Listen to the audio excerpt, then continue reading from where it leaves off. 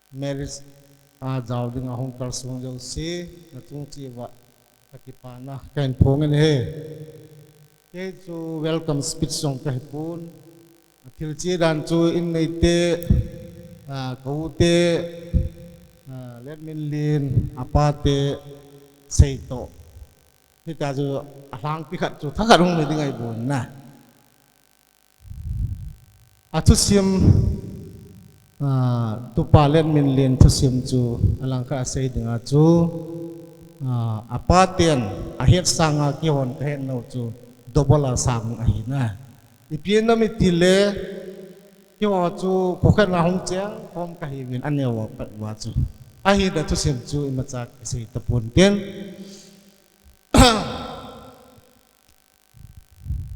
kidang ka sa a hi pathin ka thang wa hi thing ta pathin apan lowa le tamang hi thei lo dinga hi hin khu chi do la jong i vel le din mun ki ti tu la ya hi under metric chai lo si chu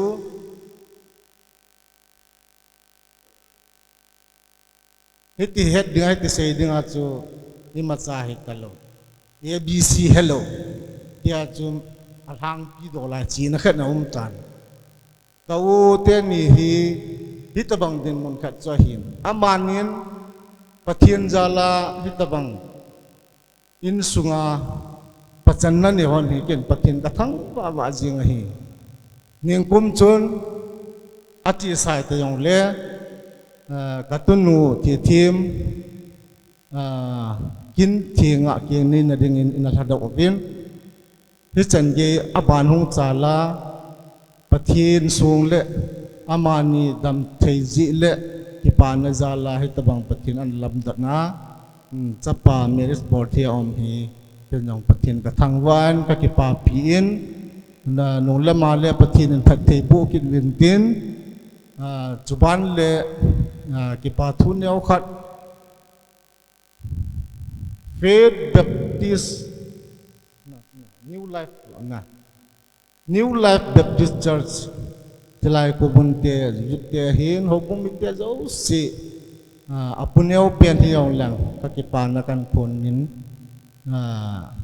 kasupi kaute ho katute ho galatu lang jamwa hitabang din muna ong kalsun lutwa ning kumayong chun tunu king ni na chun thamat chu ka seinan kakipana sang ta ong je achu hawumite ho mabana yong patti pathienin namapui jong hanang lam kai ho jong thudi ta kosunga jong hausa ki vai homna authority hanang imazo si pathienin patti na bu hanang namapui jing ta han tiong ka sei do no me he chong ke yong imacha chu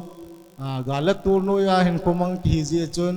imacha ki thupi na yong pan na yong kanane jo pun athu yong chu galjam din mo ki ji chun kaso pino ka unu yong chun thu yong ka ki mahet jap povin galgama aki ji chun yin naman jong bi si apun neu khat ki pa na jala pun tu pale mauno tuno chu pon sel pentin envelope neu khat hen pentin itu chu seiding atam ta umahin longyal tam ta je hi yo society mong hi program khar ki gon le any occasion any function muntinahin kino na ni dim je village ja hi ima cha khan to ne hi nei lo he ka ti no mai program ki ti ho hi nawa sela ki pa thanom ta lung ning ta bon mun mo ka tu kha lo he ji tu na yo he kalung hanga ka se pon thilo hi a koi din jong lung mo sela thil bol le lung mo sela ki pa thu se ya haulim na jong akin ei thei bon hi chule tu ni kina kin tim poi pan piu Reverend Minister Pu chunga hen ade sanin patin pat thei bon malamaya pu hoi jing tin ka ki pa na kan thu he tu hen tu tian ni hung ding don tin apien ponen sel pentin cho lệ ama ho ai hàng alom ho ti tàu ti anh emว่าเป็นองค์กิจความเพียวกิลอยความเพียวอารมณ์หอนจองเทลปีกันในนมเวทีจนเกี่ยพัดสมาจนอารมณ์โนจนปีดึงอารมณ์กิจใจตีน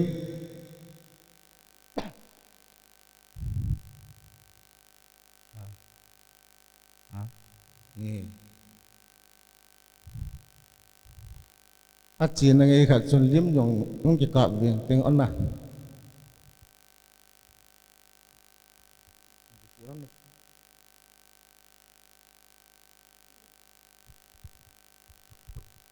Hello.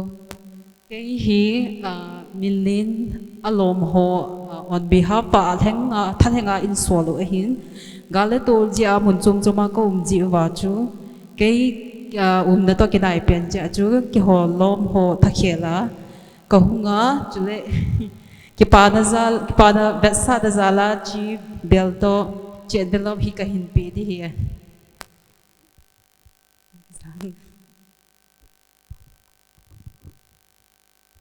tuôn cái phát sinh chân nu tê tu pa đi ngã nu tê hoàn dòng piano anh ấy viên phát ra cái nói gì chân nu tê cho họ lim pet tập tê api là phải ta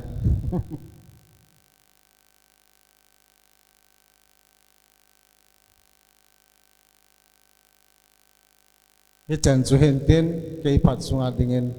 ahin cái cấu chấp tế liên liên liên dòng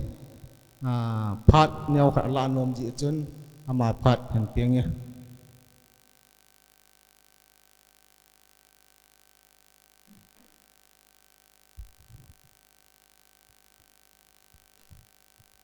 Ang sa pen ni tabang phát phai mu sa tu pa patin thang bai naman lang phát chula lo di katiin hi jong le ko hima apat akihung je achu katupa ti tahin katupa dingin phat theina changat changni be ka sei do nom ja khung din do hin let billion hi aniwa pada hi hin ko hin ja ka panew na sei banga chu ke ho lang apute lang hin kha het zo hin ja chu ni ta tunia kum som thum le nga zo wa mi pi anga mi pi maya hita hung ding do a pathian thangwa na dinga dan thinga jini ahin bol do the hi nu le pa taw na jong ahin pi le pute pathin na jong ahin ama jong pathina akinga ma injo apute na sei ma banga chu ui cha le sai pi ti banga chu ama jong hin jang ke mi thungai lowa ama thu a all la chate hi ja sun tu ni in pathina na kingap na chunga pathina na bu chi hin tin ningkuma katunu titim akil hading ajini dinga chu kyung no mahin yung le sinapati langa ban pha ko hong thelo hin tu chunga be ka honga ka chi dinga hin tu chang that be ka sein do no me tia chu ka hong din do a hin ke hi to hi Nagaland ko hima as Nagaland CM pass pula mets TGT ko mahin ja dun sutyong ki mu lo tu chungwa chu suti ka thu ma khong lei do hin len million pathin na bu han lang chale na tam ta hin ne honin lang na to na tham zo sia pathin song pumin in sungin pathin in sungin siam do in ta ka sei do no min hin a chai na ding in kaloi nu hungin tin thil pe niau khat ka nei no min chan chun ke ni phat hi tan ka ki pa aban phat an mang ding in Mary pute gut san nam lo chun ki pa men te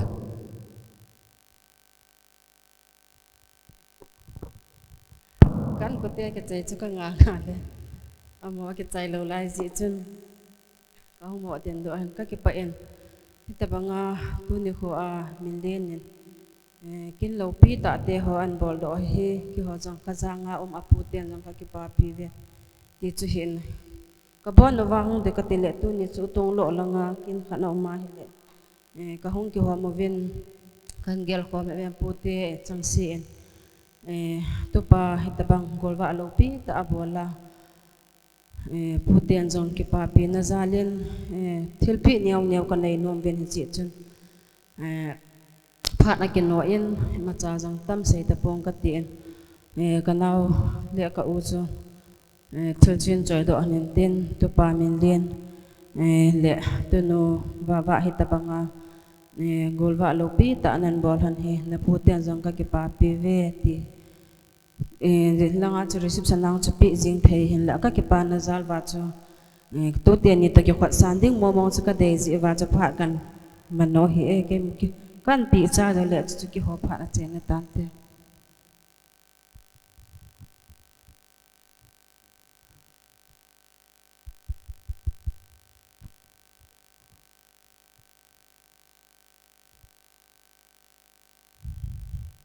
Mary Pute Pat Epe Pai Payove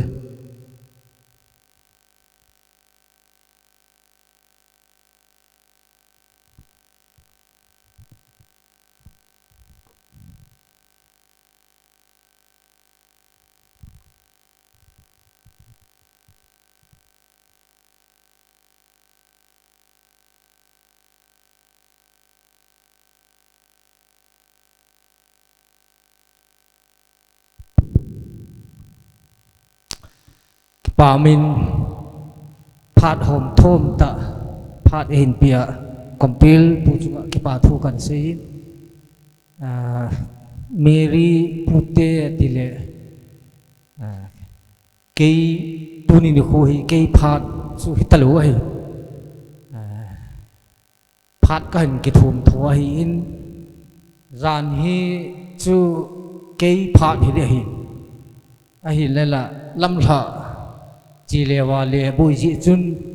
cái dòng dàn hi chun tu tế kin Mary tu nu kin sen of asun các bằng thầy tập bún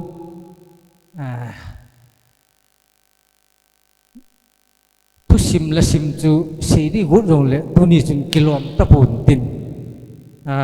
dàn hi ni khu chu hin khoa đi nga hin khu nốc lù bên ni khát chu hi ding dòng các kỳ ghẻ lên tu tiền kinh hối tạ bồ lù và lù pi tạ bồ lù và hay là lên cái bằng thê lù cái rào thê lù chu hin khu nóm lù bên khát chu ấy cái này gì thu sim dòng chu xây ding tu nia phát hết bốn xây tập bốn cái ding tu nia công lồ này công kít này hay lệ tu nia kinh này ba lì lin lẹp min lin hi aman rong e het lu mai theu kin rong het lu de leng nu apa rong hi các ki mu tu kha lu lai win tin riêng rong le dam lai ti leng pha 2023 masanga cha te ho phaya am lai win tu min lin anuya pa lun cha le kachapa paule mang hi phaya thakhatna le kha na sim khom wa hi chi sim lai wa hi dam lai ja chu in khatna anum khom le hita kinga luta anum wa chi le wa le kum jong le chun heno he pa e ti wa e jong ta chu an ki ke he a hita ai le lin le anu pa ten sung mi ho ba chu ki he tu lu ki mu tu lu lai mai dai ran tu chunga in sung kin an nei wa le lun chai hongin khat hi ina he pa akin nei de ho hong se in hongin ke chu le kana pun chini hong ni yong chu ai wa nga chu in mun chana honga hong min hong ku yu chu cái hồng chú cái hồi hồng chú không lù đi hồng chú anh đúng thầy bố bị ya chú khó ta ghét khó ta chú cái hồi hồng ghét tu nó đi ni khu hồng hình ta chú cả hồng ấy cả hồng ấy bị lệ anh sung mi thì hồng hết điều hi bảo lên mang luôn trở lôi bảo lên mang ba hệ tai này hết điều thì may nhìn thì trở hiện ran ni rong ran thay rong mà mang in ama hi Meghalaya lang nga umin infonin kaloy pa kawul pa te kinasuna chilu dam hepa ati kichinan te dam le kichinan te kati tasu kahong hin ipihile kahu lim di yong hitalu pute phat yong ka hitalu mo kahung khat ja chu cha te hin khu khan na kahung ja chu in sumi ho yong ke het tu na hin tin ja chu cha te ja la chu kahung din to hele lang khan na ameri monu yong hi itunu hi kit na itu tu te hin chunga chu zan hia senofa chu apu te khat chak sedinga chu ki pang talu ki jaw talu hin apulin pente yong chu lam kalanga lam kam ki no ba amo yong thei talu ai langa ki ho yong ki chi thei talu ai ja chu tu ni chu ja kaya chu lim be ga la de heti hi ki ya la ki hunga hin ni pi jong le se di tam tam pun tunu ai lo le meri ai lo le lilin pathinin phathi bu ronin tin chân cha lao ni na pathin phathi bu bin tin in chen khosa sum le sil chang le mim ya kai ni le go chunga yo pathin phathi bu ron tan ti chu ka ga se hin thilpet hoi ta thupi ta yong kan choi pun reception ang chu ka thi jing chu hi ai he jong le ka si banga chu ka ki het tu ne nga chu sumi te yong ka ri ya chu kong tin na chom cha kong holim na hin pun beleng ket khat kan choi lun lang an choi lang ti chu liên tiền ni me ri hong ding do han lang ga pi thon ka tim chu chu ke ma phat ka ga holim na tan te ka ke pai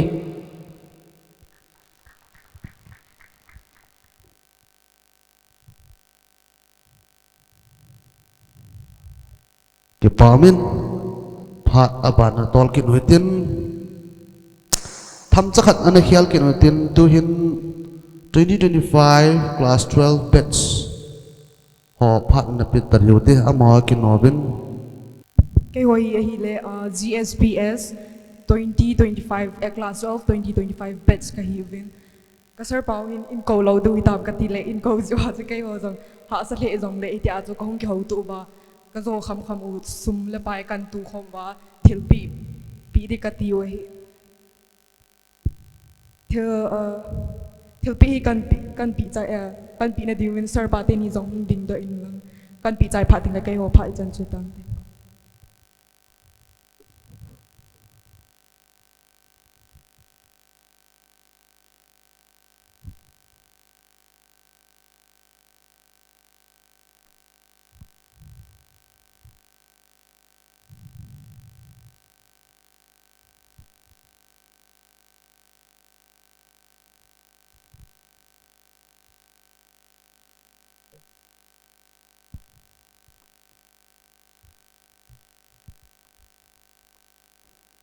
pathin va choi na dingin kapu te ni adingin khut ze mong be ti sa do angin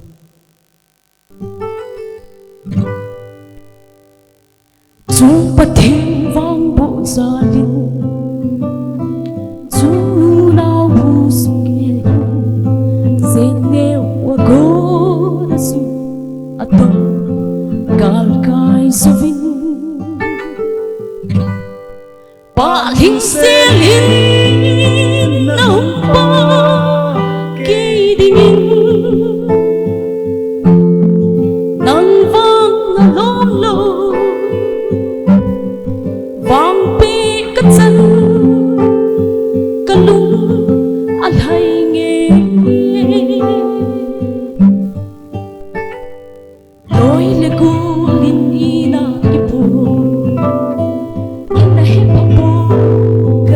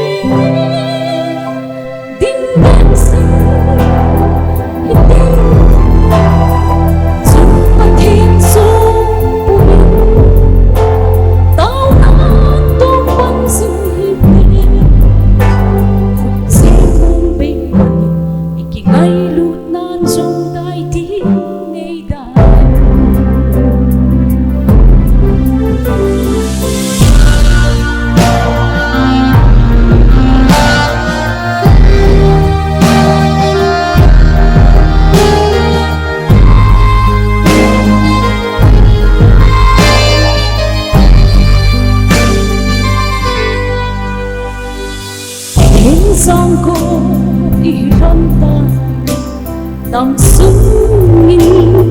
kita alum akane bangka singhe Christian in song sim dong so thading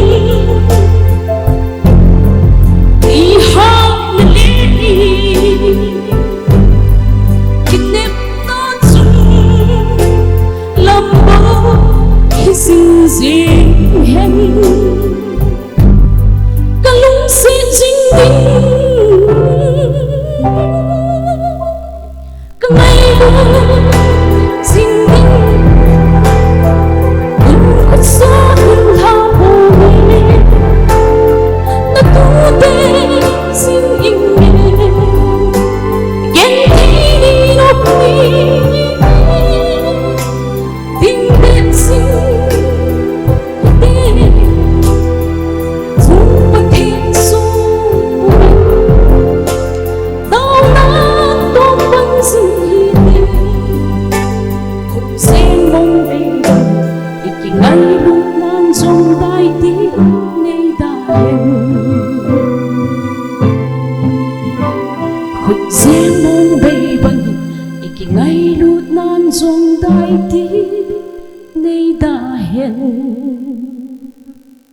Kipai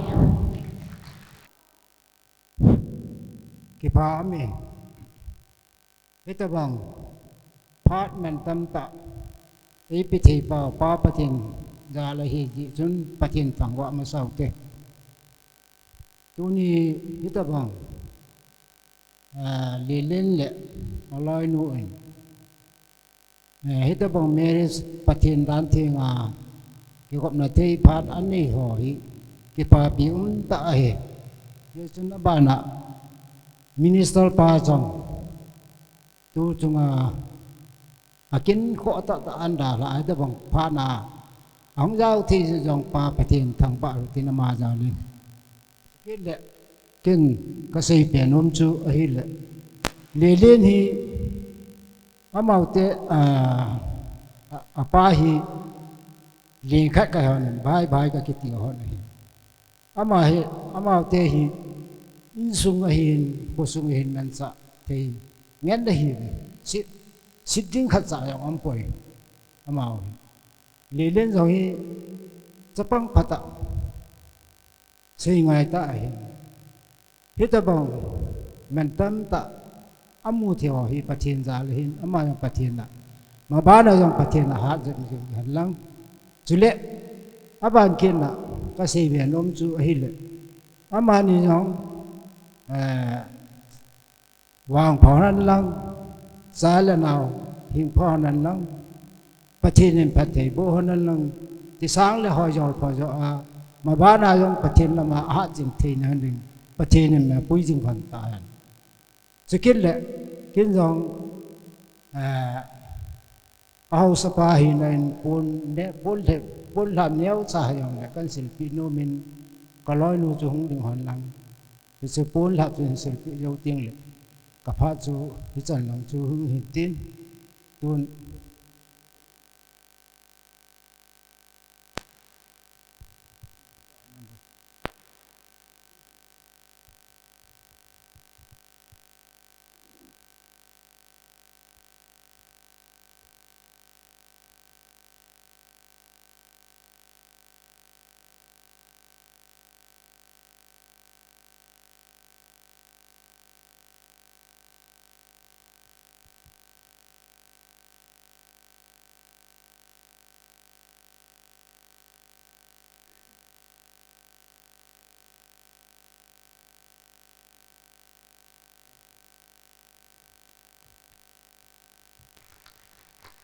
ki pa min chom cha kan sei be no men naw te ni pathin in pathe na bo hon lang sa la naw in jong kham phan lam pathin na lung dei bo hon in pathe na bo hon ta han ke ho dei pha chu san chu tan te ka ki pa masapenin tunia hubung sunga pathin lopi nai phun do the jewin pathin chu thang vanam hen lang ki paum ta chu phai giang ho bung sunga hi tabang kin theina ding hen ho bung lam kai cheng a hen chuting le mi nu mi pa ho bung mi pin pathinang sungin kana taw zingobin ho dan thinga jinei thei ding a hello zong le gol ha bol thei ding ti hin pathinang sungin kana taw ji ven a hi le pathin phat thei bo ka changovin phai giang ho le veng ho bung hi ti chun all in ahong ki khialin ahong khang to vin chuting le pathin lo pi na hi ka hin sim to pe ovin tu nin zong gol hang min len divide chairman pa kinte ho zong patike cha tha thei dinga hung ki khom so pi le naw ho chuting le ning le pa pi le pu ho i bon cha wa ki khop thei to gialin na hi le a ki taw na le ki thum na hi pathinin don lovin ei koi pu ve ti hi ki mun ji chun pathin chu thang ban hen lang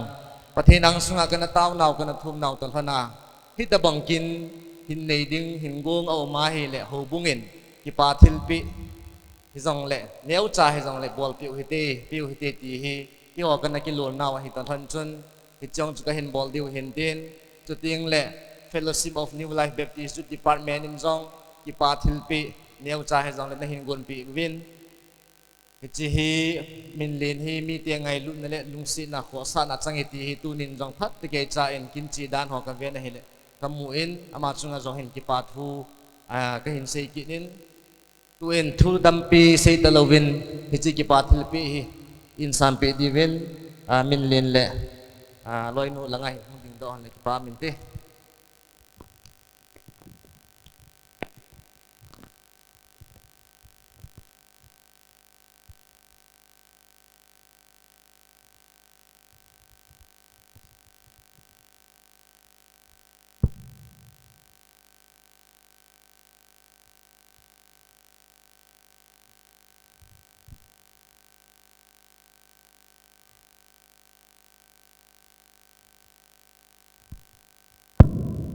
chule tu ni kin zong min lin hi ki pa thil pi ani thona ki pa thil pi kan nei nom hanen ji chun tunia munu hi hello khalen ni dinga ka sei do nom chu ka pin pi ke no ya hin gale to ai lo le chi le vale abui ta zia chu zan hia rong ka zau thei pun hilang muna hi ta chu ki nga tho jing a hi kin ho hi chi la dam chi la lo dam ti ki ge lain pathin lung sin in kin ho hi boi nei ma cham lo hi lin chi la thei ding in hom min a hi le chiong hi pathin in i thum naw i taw naw san naw khat hi ton hanin ki le ka loi nun jong gol hang min lin hi un ka hin silpi nom hanin hung ding do ki le sing ki pa min te nen ni hanin hung ding hanin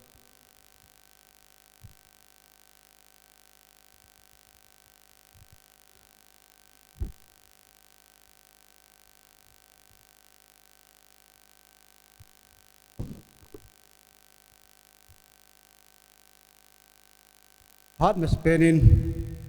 nikhupa bon chal si hutwe nikhupa ipiwa ipathin chu thangwa da pi hutwin ki ho hobung song pe yang hobung mi te jong helpe kapi nu ve chu ka pun do ma san hin tin ki ho phat sung hen sung pe yang khang lai hon jongคือปีขัดอภินุมจีวินเกี่ยวพระสงฆ์จุนอโมยมพระหินลายวินตินเฮจิมาสังจุนผู้เสงอำเละลอยนูกินกูนาเดซาไอจิจุนอามานีจงอากิปาทุกะเสนุมเปเนอาบานาตุนีอินกินไฟตะและกินเทียงตะเอเนปิวะสปาเละมินเลโกลังเละมินเลaman kin thing ta abor do ji hin su pe yang ho bung mi thing ten jong ki pa pi wat sa na ngai lut wat sa na in thil pi khan hi kan pi nu mun yi chun loi ho to khom pyo ng win tin hung ki khat san lo phan ti til neo khat sa yang la kan pi nu ve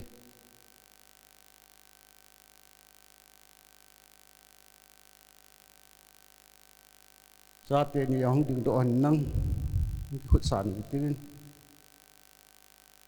hồ bung en thili an pi cha cha le sung pe yang khang lai ho hong win na no thil pi ding pa chu kan pi ve ti chu kan het sa he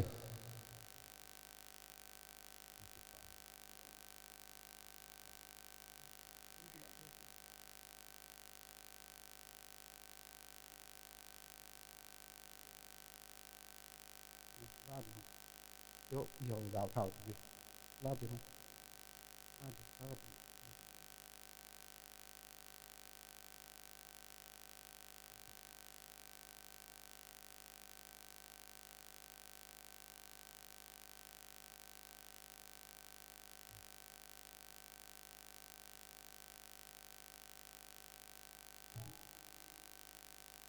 bà thiết bị lệ ngày lúc đất sạn nào căng cờ số nào lệ các bộ các tổ hữu sinh suy sản suy tàn tê các cái bà về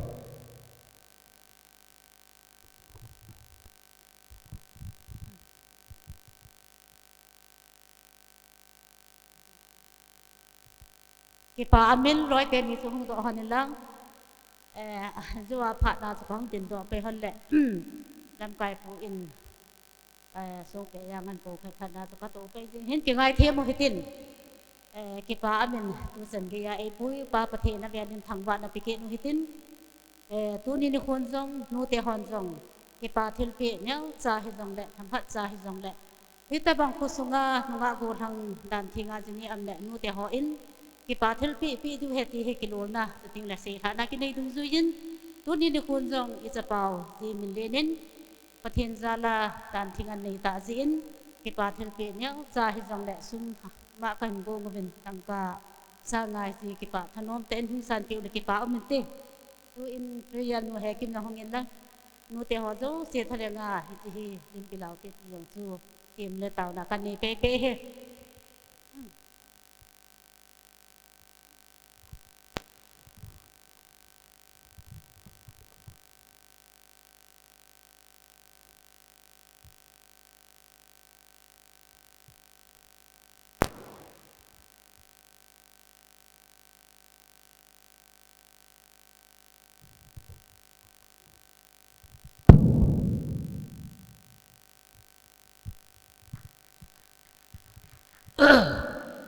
พายาโฮพูจูอาปานาจะบ้าการกิจเหตุตัวเป็นอาจารย์ที่บรรลุจะแต่เอากิจโดนพากิสังลูเนี่ยที่ป้าเบียนตุลยาพายางาเบียนที่ป้าเบียนป้าเบียนอินทร์ซาเทียหอกิจเลี้ยงคนไว้เลยที่หัวเลี้ยวกิเลี้ยงปูบางทีเรากิเสียปูไอ้วางซึ่งที่เล่นเป็นเล่นที่เอาเจ้าหน้าที่เป็นเห็นอาสนละส่วนละไอ้สุนิเดียวอาคิดแบบนั้นนะผมพิจารณาคิดดูอะไรเช่นนี้กันนี่คือปาร์ตี้ที่หัวเล็กเลยยาวเลยอาบานพิจารณาคิดเชื่อค่ะโฮลิเวริสอันดูตาเยซูอาบานเราจีราเป็นละปาร์ตี้หัวเด็กตาอยากจะปาร์ตี้แบบพวกกับผู้ตาเยวาสุ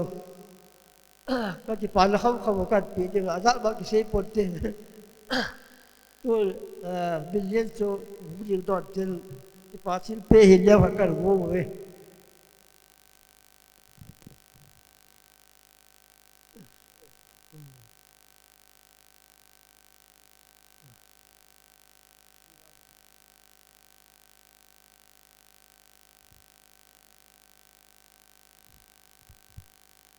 เป็นนี่จะบอกพัดพาละพัดให้หมู่สาวประเทศกันทางวัดนะเฮกูนาเมนเลนนี่เตี้ยของกิจีนอันนี้เตี้ยฮิกันหิงปูวินกระป้าเตี้ยฮิทุมาฮิอินเจฮิอาเห็นเป็นนูอาเห็นเป็นป้าจันอาเห็นเป็นก็ฮิอินกระป้าใจระยามทั้งประเทศยังไงนะมินจินกระป้าเตี้ยมินกันผ่าสู้แกได้เฮอาบานาฮียามคุยเฮนกับป้าอะไรทับป้าเฮกุป้าเฮฮีอาบานาตูนากินบอลป้าเฮเล่ยามคุเล่ป้าเตทุมจิตหาละหินเกยเห็นเปลี่ยนก็หินว่าอาหุนถึงเฮเล่มินเล่นถึงอันนี้เห็นเปลี่ยนฮี chú lệ lấy sẽ nó bồi yên anh đi tia tắm tạo hấp bồ bên này mình lên đi tia hiệp tắm vô không bồ bên cái này mi một bên hi in thu bảo và tu na hi mi lao đỉnh độ cái này ai giờ chú mình lên kinh gia la hay cái cái bảo hắn gia chú miền hơi này hi pôn em mai cái lá đi hay cái tia cái hoa này đi xem chân là liền luôn hắn ta cái tỷ lệ lâm cái lăng aku atau tất chi âm bin thế chứ nó bảo hắn bồ lệ năng ní na cái mukha ní na mấy khao hắn đấy ai tiêu này ai thấy nên chúng mi tiền hồi tay nó xì pi lâu lệ cả là cái tổ khao là bôi như vậy ai giờ chúng ngày luôn ra là cái nào pa mình liền nhìn pa tiền là ăn hùng pen pa cha pa cái hồi hi gol wa cái ball theo luôn mình cái gì vang cái dòng cái ball này ít bụi pa hàm này ní pin nuôi à cái ball này hin pa thiên phát thị bụiตัวนี้กับป้าเนี่ยเป็นป้าจะป้าจงกันน้านุ่งยังหินมินเลี้ยนยังหินประเทศแพทย์ไทยบุญนั่นจังไงเหรอประเทศลุงได้แหละนู่นแหละป้าอูแหละนาวลุงได้ยาหินพวกนั้นจริงเจ๊ยังก็เก็บไปที่เยอะจนนี้เจ๊ตำตาหุ่นปนอะไรเดียนันนี้ลำคนยังเห็นเด็ดและแต่ล้นพวกหินโบนคนหินนักโจหันตามซุ่มกันกับตาเวทินเจ๊นี่ยังเห็นลุงทิมกับโบนเห็นน้ำมาหัวกับเชี่ยเห็นอีพียังเลยโจเจ๊นี่ยาวราตาแต่ก็กิบเยอะเลยอินเม็ดโดโทนี่ไม่ใช่อายาวตัวมายาวลงตัวมาจีกันจ่อยกันจ่อในหินกี่คนเลยอามาหัวกันเดียวมีเรื่องอย่างยาจูอันนี้เตี้ยเจ๊นี่ประเทศลุงเสียนินกะลาหัวนินผู้นี้มินเลี้ยนอันนี้เตี้ยหินลำกาอับปุระดูโจเกวะหินอันนี้เกยินพันเนียงเหี้ยวเกยองเขายาวเทโลทำซุ้มกันกับทำกินอันนี้หลังยาวหินอัตัวหลังยาวหินเป็นน้ำลงได้ไปเกยนี่เชี่ยก็เตี้ยได้ก็เตี้ยยาจูมินเลี้ยนยองประเทศลุงเสียนินดำเชียนหันหลังอนุเลปานอาชีพบานาอินสุงันชีมาอารางเรื่องอย่างไรตันตินอันนี้เตี้ยวันเอาอันนี้เตี้ยใหญ่ลูกตีก็กินเนี่ยปีเปียนนี่ยิงเชี่ยกี่เชี่ยยังไงฮะไอ้จูประเทศอันวัวป้าอิมาเฮลูอินบอนอินเดียนั่นเชียมทีเละอิบรามานั่นเชียมดาทำเกี่ยวก็กินเนี่ยนั่นเองเตี้ยนี่พายจนจุดตันเตี้ยลูกค้าเปี้ยนี่เป็นสาวทุกสิ่งก็เก็บพลังมาเลี้ยงวันตาไง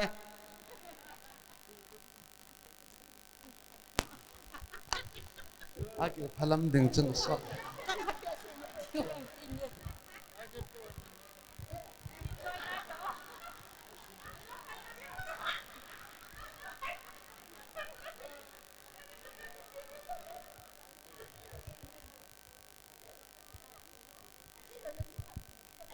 Ki pam be sen na ko se lo ding ka tile ke tiêm gì này ke tiêm gol ha tu le la lin ke ni tra la se lo za ba ki se ke lo ke ya ka ti ba ki pa be sen mình liên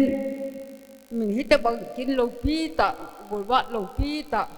a bol hồi có gì là các ki pa mà riêng cái nào thế lại hay mai hay cặp thì là hiện thu nghe thế đã luôn đấy lần hết là tuần nhầm đàn mi hồ đàn này chiếm được ý xuống hạt lệ hen nhất thì gì có giờ là ngay lúc thế nhiều việc vậy thì nó màu hội đồng hi ba là nào tiêu hội đồng hi ngồi vợ em bỏ đi rồi kinh nghiệm mắm miền thì có giờ là anh cái ông có kịp pháp thì mà chừng dạ chú na anh cái nhiều phương anh mình chum mát gì hết mà nhàng hay hơn tập quân cái lễ vào lễ na ta chú à bơi gì chun anh hay hơn tập quân anh nôm mà hơn nè dạ chú cắn kiểu và cái lễ có u hi giờ nó chọn đừng năm chỉ hơn đừng hầu lim tâm ta nó xì hơn đây chỉ ba phút nó xì hơn đây hết dạ chú thế mô tại là các đình độ hình tin xì vào lâm lịch ngày đó một thế mà phải Ani mga kuntingan lang din ka kan. Ama niya tumja ala ka.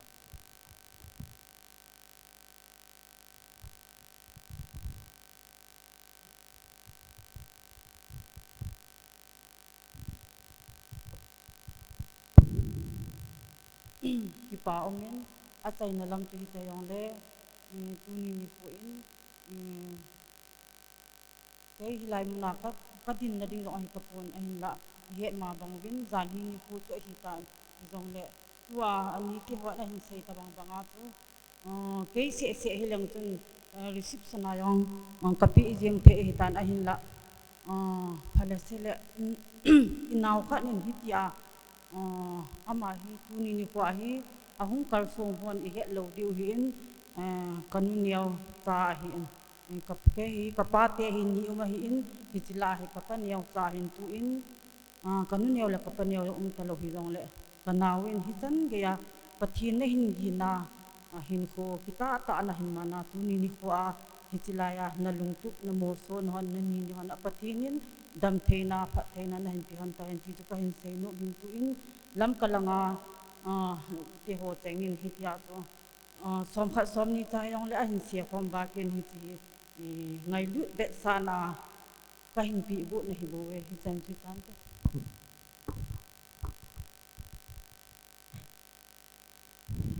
nung li het thêm điều hiện tin ta chu hầu lim nu chu nu lam ho phat nu mai langa kina ga rau thai lo chi wa chu phat an kila hiện tin ton isai bangwun gol hang go go ba chai la kan sa pi tin ama hung chai chai ting le mo pa phat hung heding hin chi ma sang hin PM Faith Academy o za ho phat ka nei nom be ti ji chun ana heng kit no hetin tu hin gol hang go go ga ko hite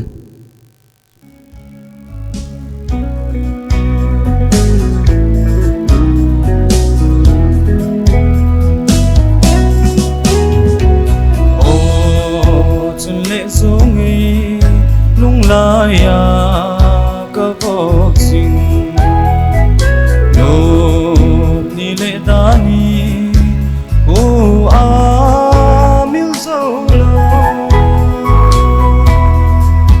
na lai hil ga ki ma chung pati mal som na tu ni sa na phang tha ko lang koi ding ka hita se lungu a i dei le ngai chan hi chung mang pati mal song na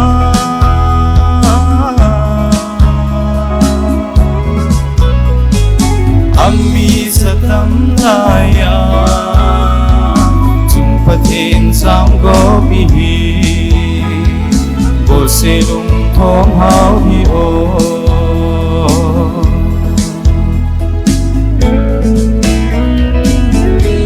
pathin ni pon cha ding pathin bu bitan no ki pe phat masan tabang phat hoi le phat pha ai mu sa wa pathin thang wa utin ki ho hi 2019 20 kuma chu chalai Faith English Academy School numa chu sal lian ho ten ki ho kana pan kho mo hin ma no ngai lu nei ta ko na in nei le hung de hong no de ka sai ka hin ni chu ke kum na he gam tha thimin hung le lai ho ki ka lam pi jo naw ta bang mang kin zo pa hin ai ti ru langa ko na gam thata ko na hong ki pa na hin del ding zu ka gel ha sa ka sa en ina chu them khat khong ki chon nai je ma kaung pu pia ko na khong a hin yong le ko hop se thowin ka ri ma nu thim lo ta chon hi le pathian lung sin za len islai mon he khong thungin phat ke chun phat ni masalanga in pe wa ai le yo lim chai le ke le pai ding ka ti hen en la pha ne chai na lang thima in pi yong la ki pa om tho thowin ai cho mi yong al hom jep ta na pat na lang cho le mi tam din keu ki ding do ngam lo ding hen to mi yong al hom jep pha na he tem khat kung ngam jep ma hen masa chunga mis naw thim chunga jo ho lim de ka ti le ka lo hon pha nei pi lo hen tu chunga ke pha nei pi o hen pasal hi pha na he pha in pi o dan hen sa liên nong he ga ge la ai le lai anum la ya cho ko ma chi si la nunga ta kheu lam ki mukhalo le kha sim ngen chu hieng adang ki ti cha bol lo pha nong nei si le chon phone ta su tu le chon koi ta kheu am ti le u anaw tho ngen ta kheu nunga ta kheu lam ki mukhalo i la la am bon tu ni ko in chlai mun hen ki su khom the yu hen pathian thang wa utin nang ni yong ma banin pathian sungin tàu na to thun kal sung jingon in lang in chen posa na nan simon ding yong na loi na gol chengin kan tip naw hin tin ki pa thilpi nonga nei no mo win loi hon in choi win tin tik pi chai wa hala chen kyo phat hong ki chai pai de tai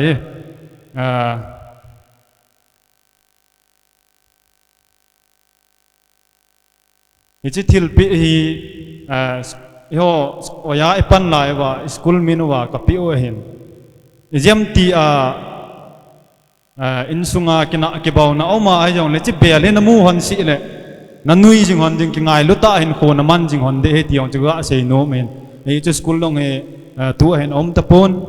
ngai lu na zala loi la gol cheng kapi o hin chi no nang ni nong ka sei banga chen kina hon si yong le na gel lo jing hon de he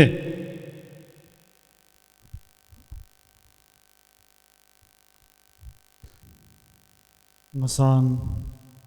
hi tabong phat pha ve kamu thei ji in pathin ka thang wa in pathin in nei lung se in gam chunga boin ha san ong jong le muntina pila pu ho hin chule nu la pa ulana loi la pai te ho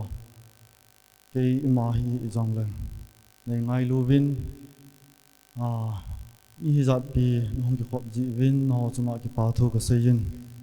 chule pathin nei lung se in ki ya ding in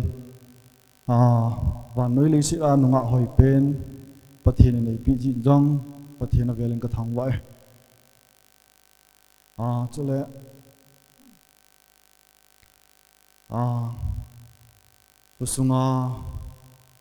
usung hobung lam kai ho hin chule adi da tunia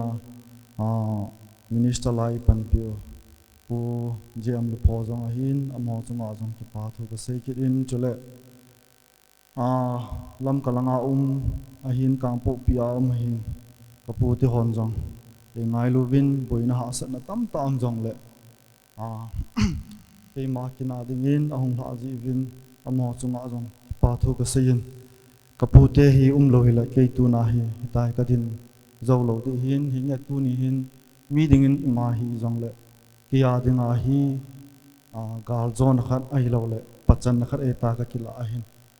ho ka pu te ji a hi kyong thing ta se ringa le kha ka sim do thei ti yong ka sei ro nom kit e chule amo ki pa na jong kin ma ka bol do zo kon a hin lam ho nei ngai lu win kin wang ma bol do pi zo po wing ka ting yin la pathin am ho pat thei bu ta han tiong cha ken sei no hin tin chule sei ding tam ta amin ko za chan hom pi ho hin chule fit academy ho school om tapon hi jong la am hon a hin gal do ki win am ho chunga jong ki pa thu ka sei jin chule to ka pan na private oza ka pan na ozo jong am ho chunga ki pa thu ka sei am ho chun ke het hial lo le program a ki thung wa chang zo lo hi mai the hin ani yal khel po tin ken long ka hena no ho chunga ki pa thu ka sei chule khu sunga nunga gol ho chunga long ki pa thu ka sei in nunga gol hon ai ngai luin ke ma cha hi jong le ai ngai lu win degree san hin chule na to de na hin ke ma zaw lo ba am ho ki pa thanom ta hi ta hi program chal ha na ringa hi degree san na ipp yong la hin go hi mo chunga yong ki pa tu ka sei ki in chule nu te pa te pilapu nu te pa te ho achang chin min ka pha zo pon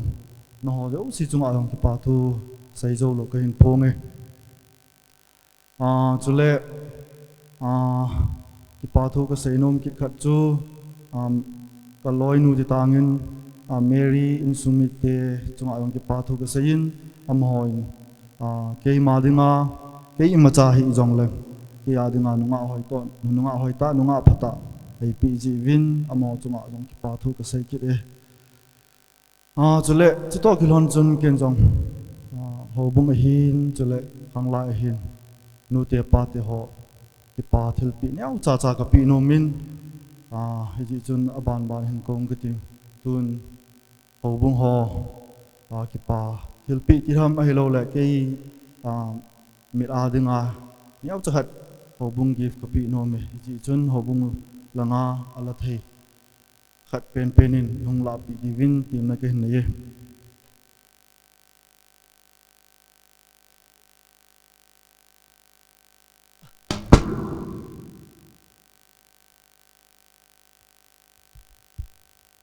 Lagi pa tu na banin pate ho en kowe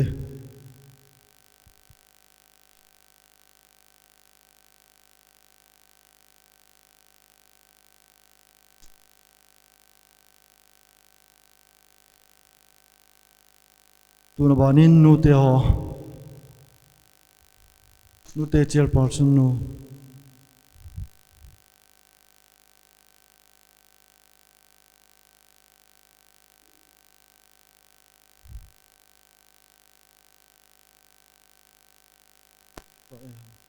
tuôn khang lai secretary nuôi cô với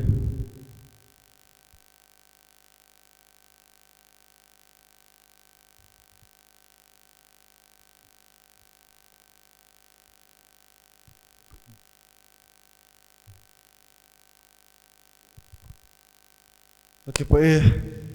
xây kia lại rồi lại xây lal tâm tạo đi hin cây phát triển chân tăng cái bữa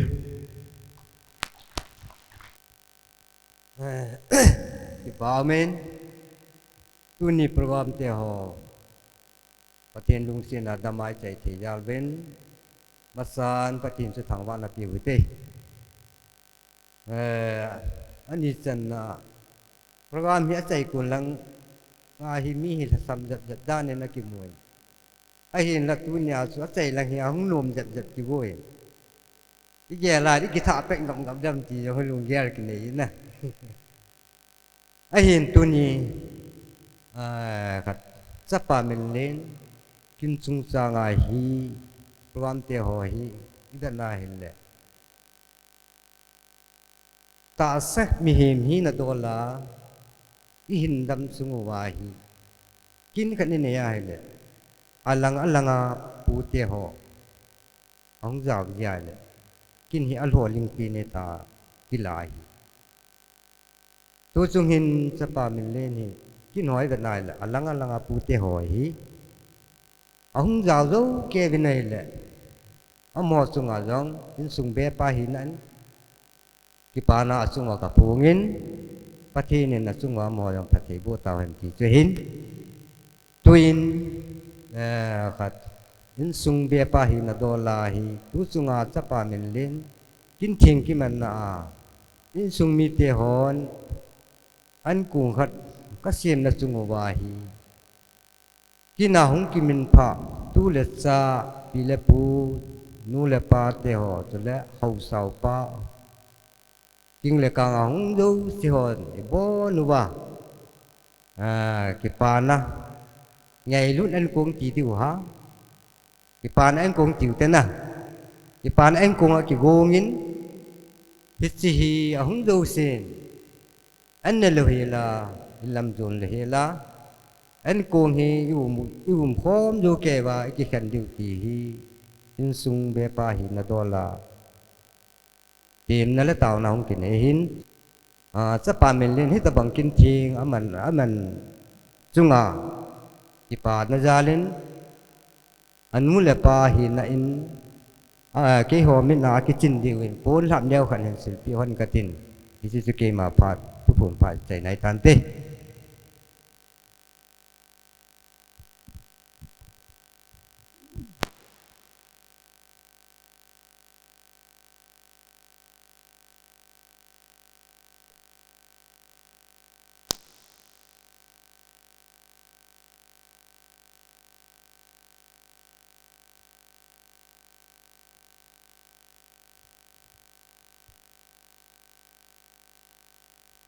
tàu lên lêu thế và lên lêu chung à thân lệ chung lô bác cái các bác thi tu lì cái program cái cô hỏi hi làm mà phá lên sạp đi cái bữa nó bé lên hết chung bilis talpa hiền contact hiền lasar hiền बहुत सारा pakai nabar ni cai sakta je bil suka ki patu kan sin lebih lo pi sakta kan thawa de hi hat solo kapakai Yesu bila kau tahu hi